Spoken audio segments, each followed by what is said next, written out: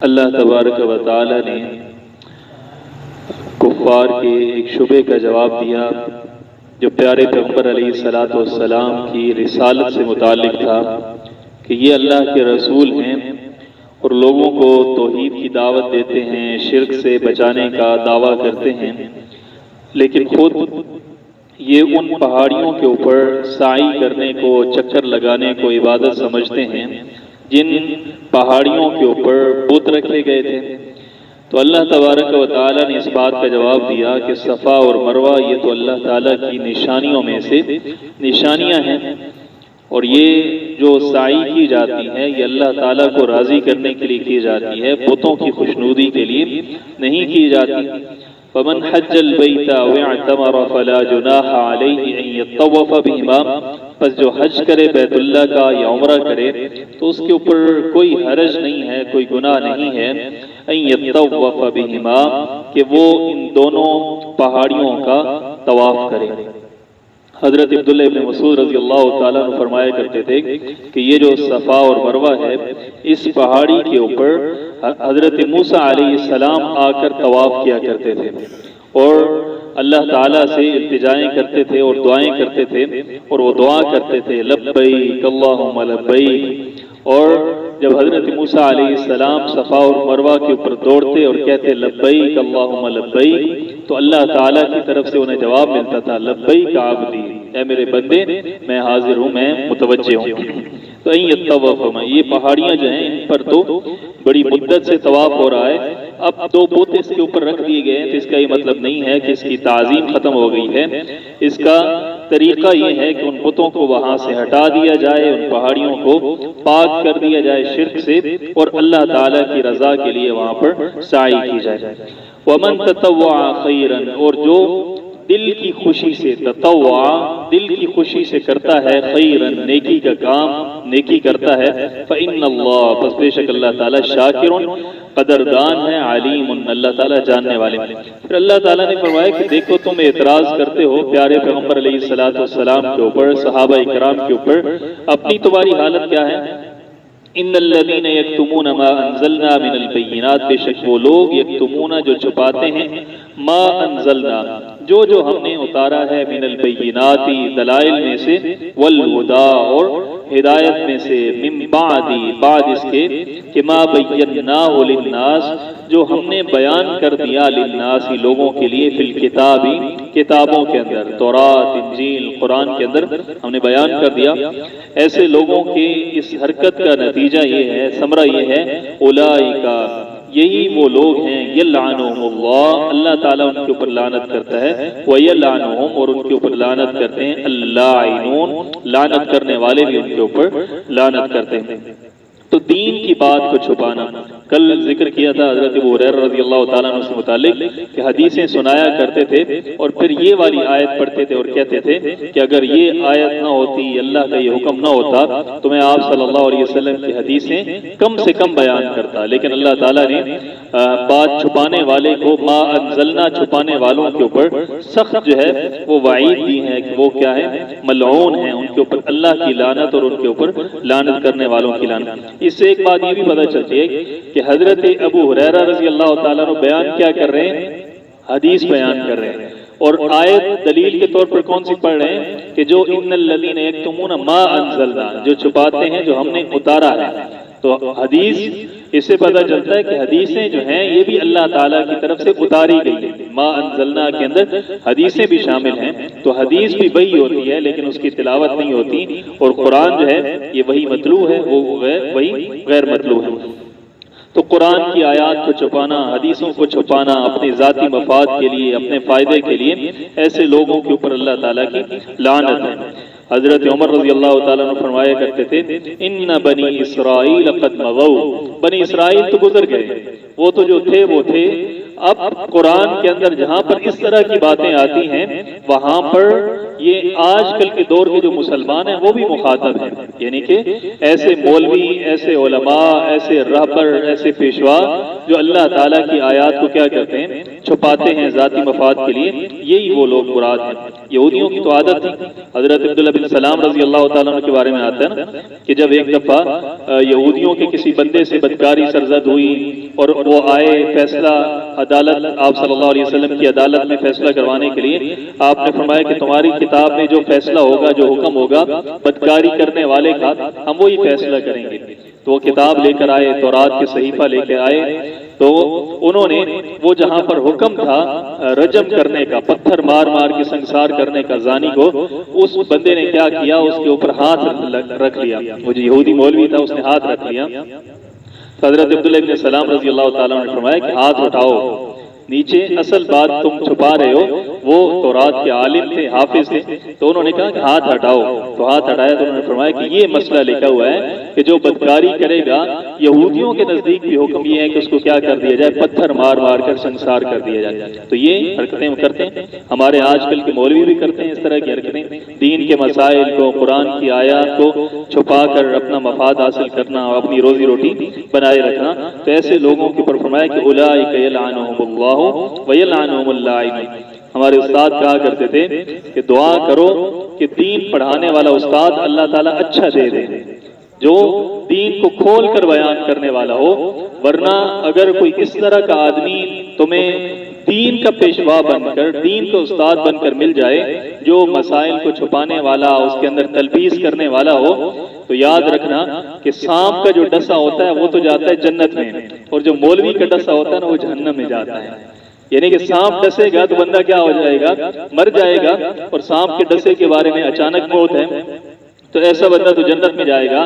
لیکن جو مولوی کا ڈسا ہوا ہوگا نا وہ کیا ہے، سیدھا جہنم کے اندر جائے گا. تو اولئک یلعنہم اللہ ویلعنہم اللاعنون الا الذین تابوا. اب اللہ تعالیٰ فرما رہے ہیں الا مگر، الذین وہ لوگ، تابوا جنہوں نے توبہ کی. پہلے حق کو چھپاتے رہے اور پھر اللہ تعالیٰ نے ہدایت دے دی. اب وہ کیا کرتے ہیں، الا مگر الذین وہ لوگ، تابوا جنہوں نے توبہ کی، واصلحوا اور انہوں نے کیا کیا، اپنی اصلاح کر لی. وبینوا اور بات کھول کر لوگوں کے سامنے بیان کر دی. بینوا کا مطلب کیا ہے، جس چیز کو پہلے چھپا رہے تھے، بینوا اس کو آپ کیا کر رہے ہیں، کھول کر لوگوں کے سامنے بیان کر رہے ہیں. فاولئک پس یہی وہ لوگ ہیں، اتوب علیہم جن کی طرف میں متوجہ ہوتا ہوں. اللہ تعالیٰ جن کی طرف متوجہ ہوتے ہیں اور جن کی توبہ کو اللہ تبارک و تعالیٰ کیا کرتے ہیں، قبول فرماتے ہیں. تو یاد رکھیے گا، ایک تو توبہ ہوتی ہے عام بندے کی، عام گناہگار کی توبہ ہوتی ہے.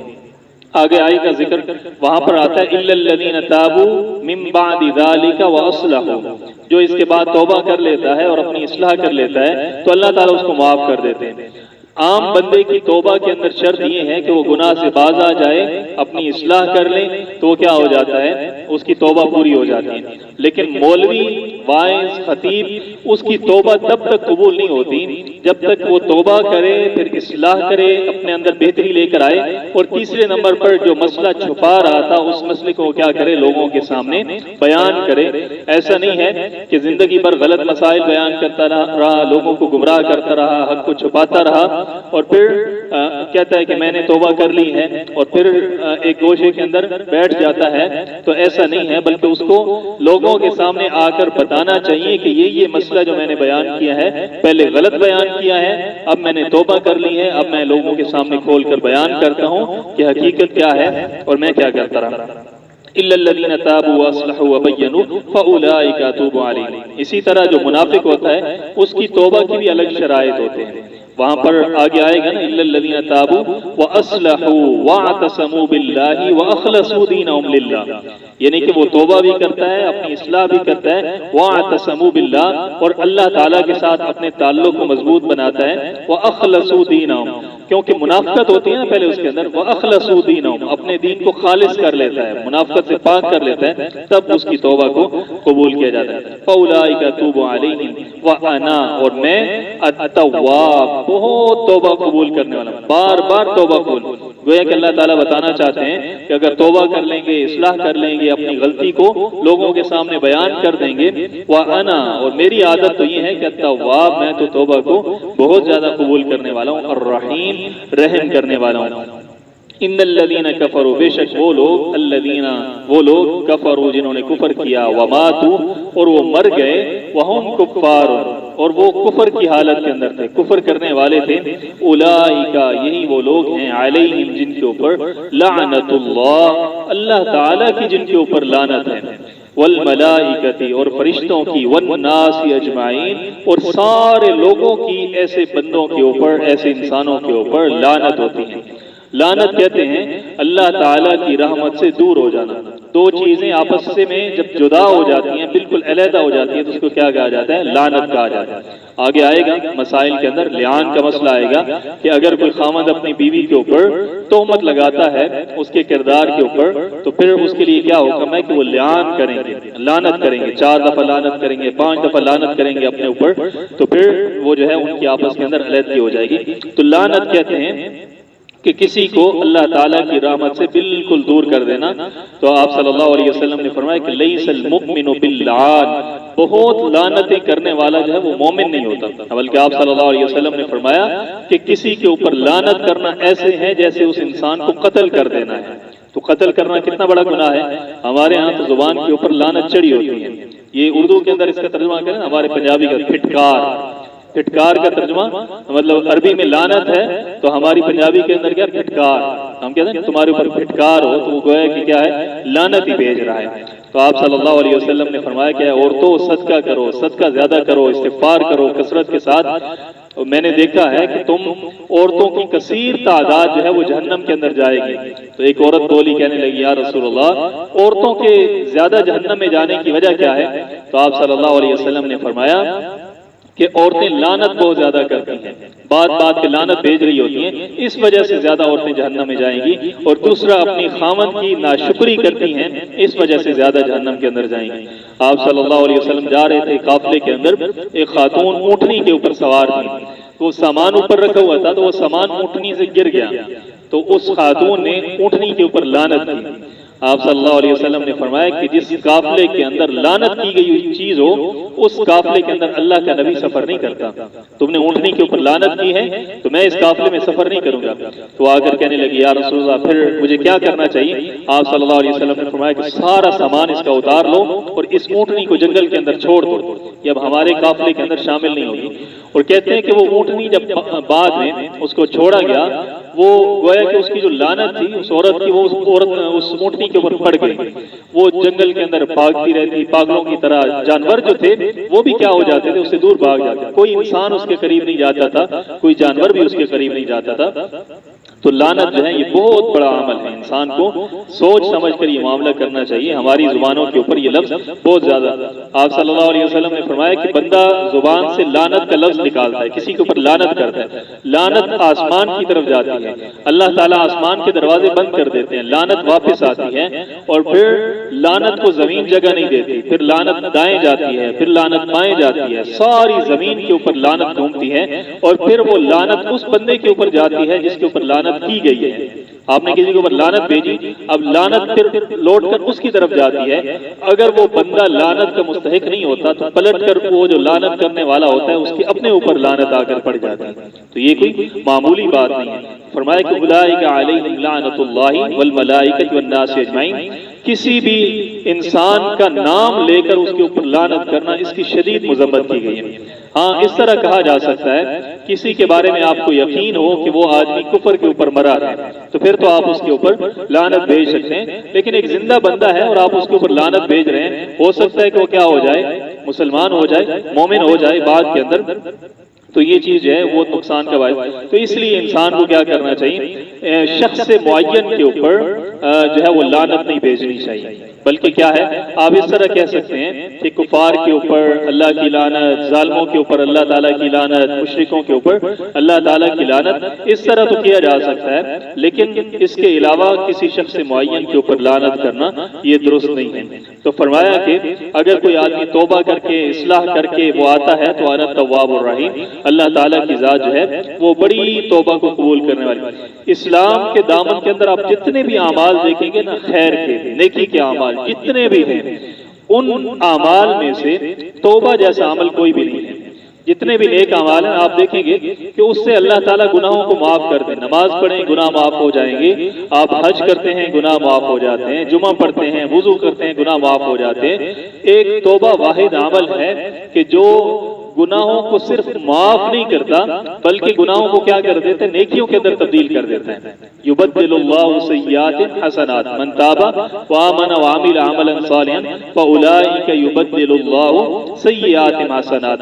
جو بندہ بھی توبہ کر لیتا ہے تو اللہ تعالیٰ اس کے لیے کیا کرتے ہیں, یبدل اللہ سیئات حسنات, سارے گناہوں کو اللہ تبارک و تعالیٰ نیکیوں کے اندر تبدیل کر دیتے ہیں. حضرت عمر رضی اللہ تعالیٰ نے فرمایا کرتے تھے, اجلسوا عند التائبین, توبہ کرنے والوں کے پاس بیٹھا کرو, کیونکہ اللہ کی رحمت کعبے کے بعد جس مجلس کے اوپر, جس ہستی کے اوپر, جس انسان کے اوپر سب سے زیادہ اترتی ہے وہ توبہ کرنے والا بندہ ہوتا ہے. یعنی کہ آدمی توبہ کرے, بیت اللہ کے بعد اللہ کی نیکیاں, اللہ کی رحمتیں, اللہ تعالیٰ کی برکتیں جو ہیں وہ توبہ کرنے والے کے اوپر سب سے زیادہ اترتی ہیں. آپ صلی اللہ علیہ وسلم نے فرمایا کہ اللہ تعالیٰ کی ذات توبہ کرنے والے کے اوپر بہت زیادہ خوش ہوئی. تواب ہے, بہت زیادہ توبہ قبول کرنے والا, تو اللہ تعالیٰ کی ذات اتنی خوش ہوتی ہے. آپ صلی اللہ علیہ وسلم نے فرمایا کہ جیسے کوئی بندہ صحرا کے اندر جائے, اس کے ساتھ اونٹنی ہو, اونٹنی کے اوپر اس کا سامان ہو, ستو کھجوریں ہوں, پانی ہو, اور پھر وہ آرام کرنے کے لیے ایک جگہ پہ ٹیک لگائے, اس کی آنکھ لگ جائے اور اس کی جو اونٹنی اس کے اوپر سارا سامان لدا ہوا وہ سارا بھاگ جائے, اس کی آنکھ کھلے تو اس کے سامنے نہ سواری ہو نہ اس کا زیادہ راہ ہو, وہ پریشان ہو کر کبھی مشرق کبھی مغرب شمال جنوب بھاگتا رہے اور اس کو موت اپنے سامنے نظر آنے لگے اور وہ گویا کہ اپنے اوپر ڈیتھ وارنٹ جاری کر کے لیٹ جائے, اس کی آنکھ لگے اور پھر اس کی آنکھ کھلے تو اپنی سواری کو بمائے ساز و سامان اپنے سامنے پائے اور اس کے منہ سے پھر کیا نکلے گا, وہ اللہ تعالیٰ کا شکر ادا کرنے کے لیے جو جملہ بولے گا تو اس کے منہ سے بہت زیادہ خوشی کی وجہ سے یہ نکلتا ہے کہ یا اللہ تو میرا بندہ میں تیرا رب. آپ نے پوچھا کہ اس بندے کی خوشی کا کیا حال ہوگا کہ بات اس نے کیا کہنی تھی اور منہ سے اس کے کیا نکل گیا, شدت فرحت کی وجہ سے, خوشی کی شدت کی وجہ سے. آپ صلی اللہ علیہ وسلم نے فرمایا کہ جو بندہ اللہ کے دربار کے اندر آ کر توبہ کرتا ہے تو اللہ تبارک و تعالیٰ بھی اس بندے سے اتنا زیادہ خوش ہوتے ہیں. تو وَأَنَا التَّوَّابُ الرَّحِيمُ, یہ عام طور پر جو ہم توبہ نہیں کرتے اس کی وجہ کیا ہوتی ہے, عام طور پر ہمارے ذہن کے اندر یہ سوچ ہوتی ہے کہ توبہ جو ہے نا وہ آدمی کرے جو گناہ کرتا ہے, مطلب اگر گناہ ہو تو پھر انسان کو توبہ کرنی چاہیے. حالانکہ ایسا نہیں ہے, بلکہ توبہ کیا ہے, مستقل عبادت ہے. جیسے نماز پڑھنا مستقل عبادت ہے, روزہ رکھنا مستقل عبادت ہے, اسی طرح توبہ کرنا بھی مستقل عبادت ہے. آپ صلی اللہ علیہ وسلم نے فرمایا کہ میں دن کے اندر 70 دفعہ استغفار کرتا ہوں, توبہ کرتا ہوں. آپ صلی اللہ علیہ وسلم کے اوپر تو کوئی گناہ تھا ہی نہیں, تو اس سے پتہ چلتا ہے کہ توبہ کرنا کیا ہے, یہ ایک مستقل عبادت ہے, انسان کو کرتے رہنا چاہیے. دوسرا, شیطان انسان کے ذہن کے اندر یہ وسوسہ ڈالتا ہے کہ تمہارے گناہ اتنے زیادہ ہیں, اگر تم توبہ کر بھی لو نا تو پھر بھی تمہاری توبہ قبول نہیں ہونی, اتنے شدید گناہ ہیں. تو فرمایا کہ اگر شیطان انسان کے ذہن کے اندر یہ وسوسہ ڈالے کہ گناہوں کی کثرت اتنی زیادہ ہے کہ تمہاری توبہ قبول نہیں ہوگی, تو یہ دیکھ لیا کرو کہ جو ایک کافر ہے, غیر مسلم ہے, اس کے گناہ زیادہ ہیں یا تمہارے گناہ زیادہ ہیں. غیر مسلم کے گناہ زیادہ ہیں نا, جس نے کبھی زبان سے ایک کلمہ توحید کبھی نہیں نکالا تو اس بندے کے گناہ زیادہ ہیں. لیکن اگر وہ توبہ کر لے, کافر توبہ کر لے, تو اس کے لیے کیا ہے, معافی ہے یا نہیں ہے؟ تو اگر اس کے لیے معافی ہے تو تمہارے لیے بھی کیا ہے, معافی ہے. بندہ اپنے اعمال کو دیکھے اور بندہ سوچے کہ کیا میرے اعمال کے اندر کسی صحابی کا قتل شامل ہے یا نہیں ہے.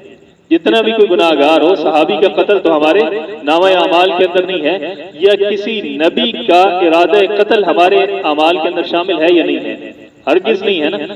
تو ہم تو دیکھتے ہیں کہ حضرت عمر رضی اللہ تعالیٰ عنہ آپ صلی اللہ علیہ وسلم کو شہید کرنے کے ارادے سے آ رہے ہیں اور وہ توبہ کرتے ہیں اور ان کی توبہ قبول ہو جاتی ہے. ایسے لوگ جنہوں نے صحابہ کو شہید کیا, بعد میں توبہ کی تو ان کی توبہ قبول ہو گئی. تو کبھی بھی ذہن کے اندر یہ بات نہیں آنی چاہیے کہ گناہ زیادہ ہیں, پتہ نہیں معاف ہوں گے یا نہیں معاف ہوں گے. آپ صلی اللہ علیہ وسلم نے فرمایا کہ لو ان ذنوبک, اگر تمہارے گناہ, اللہ تعالیٰ فرماتے ہیں عنان السماء, آسمان کی بلندی تک پہنچ جائیں, اتنے گناہ کر لو, اتنے گناہ کر لو.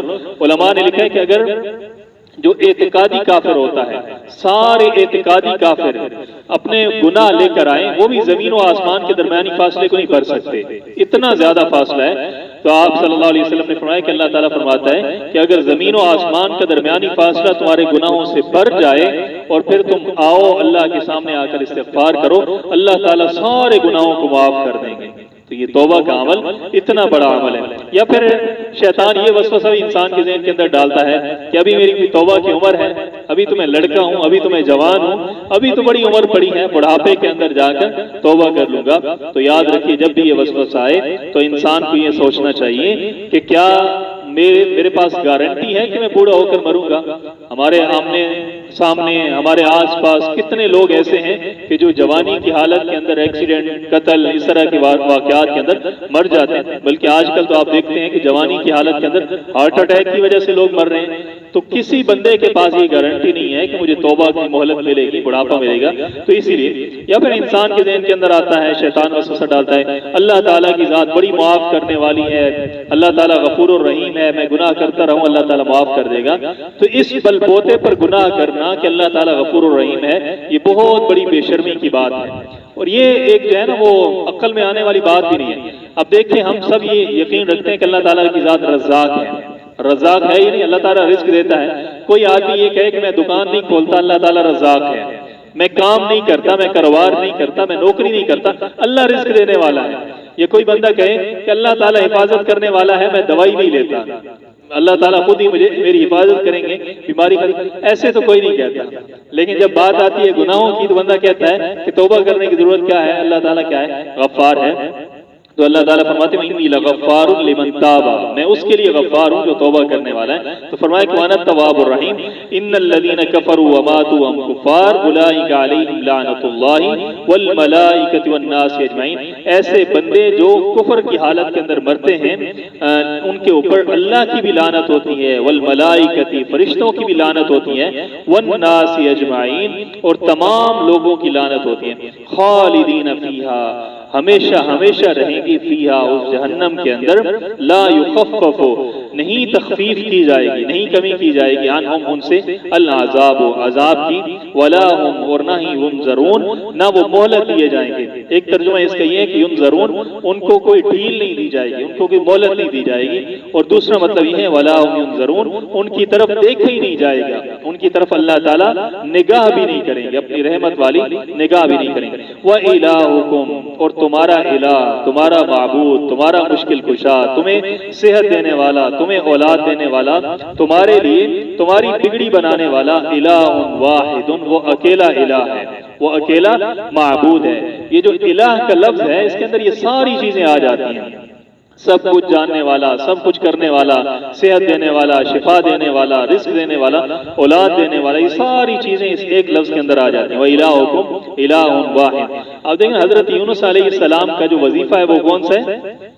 وَظَنُّونِ إِذْ ذَهَبَ مُغَاضِبًا فَظَنَّ أَن لَّن نَّقْدِرَ عَلَيْهِ فَنَادَىٰ فِي الظُّلُمَاتِ۔ حضرت یونس علیہ السلام مچھلی کے پیٹ کے اندر چلے گئے، اندھیروں کے اندر چلے گئے۔ اب حضرت یونس علیہ السلام اللہ تعالیٰ کے سامنے دعائیں کر رہے ہیں، اور دعا میں کیا کہتے ہیں؟ لا الہ الا انت سبحانک۔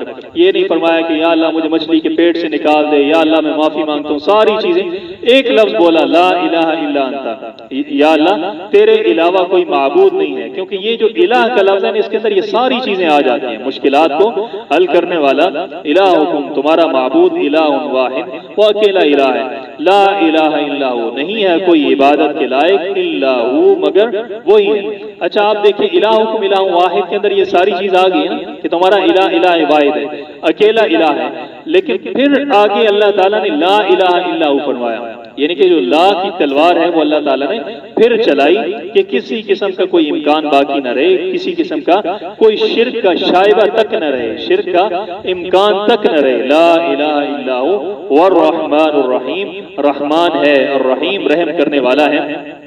یہاں پر اللہ تبارک و تعالی اس دعوے کا اعادہ کرتے ہیں۔ سورہ بقرہ کے اندر شروع کے اندر یا ایھا الناس اعبدوا ربکم، وہاں پر دعویٰ کیا گیا کہ عبادت کے لائق صرف اور صرف تمہارا رب ہے، اے لوگوں صرف اسی کی عبادت کرو۔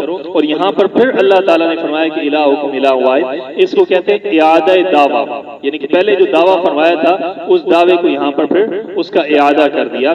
اور اس کا تعلق یہ ہے پیچھے کے ساتھ کہ اللہ تعالیٰ فرماتے ہیں کہ اگر تم کفر کی حالت میں مرو گے تو تمہارے اوپر لعنتیں ہوں گی اللہ تعالیٰ کی، فرشتوں کی، انسانوں کی، ساروں کی، اور تم ہمیشہ ہمیشہ جہنم کے اندر رہو گے، اور تمہارے اوپر جہنم کے عذاب کو کم نہیں کیا جائے گا، تمہیں کوئی ڈھیل نہیں دی جائے گی۔ اگر جہنم سے بچنا چاہتے ہو، اللہ کی لعنت، فرشتوں کی لعنت، لوگوں کی لعنت سے بچنا چاہتے ہو، تو اس بات کو مان لو کہ الہکم الہ واحد، عبادت کے لائق صرف اور صرف اللہ تعالیٰ کی ذات ہے۔ اور دوسرا تعلق یہ ہے کہ پیچھے فرمایا کہ ان الذین یکتمون ما انزلنا، کہ وہ لوگ کیا کرتے ہیں؟ اللہ تعالیٰ کی نازل کردہ چیزوں کو چھپاتے ہیں۔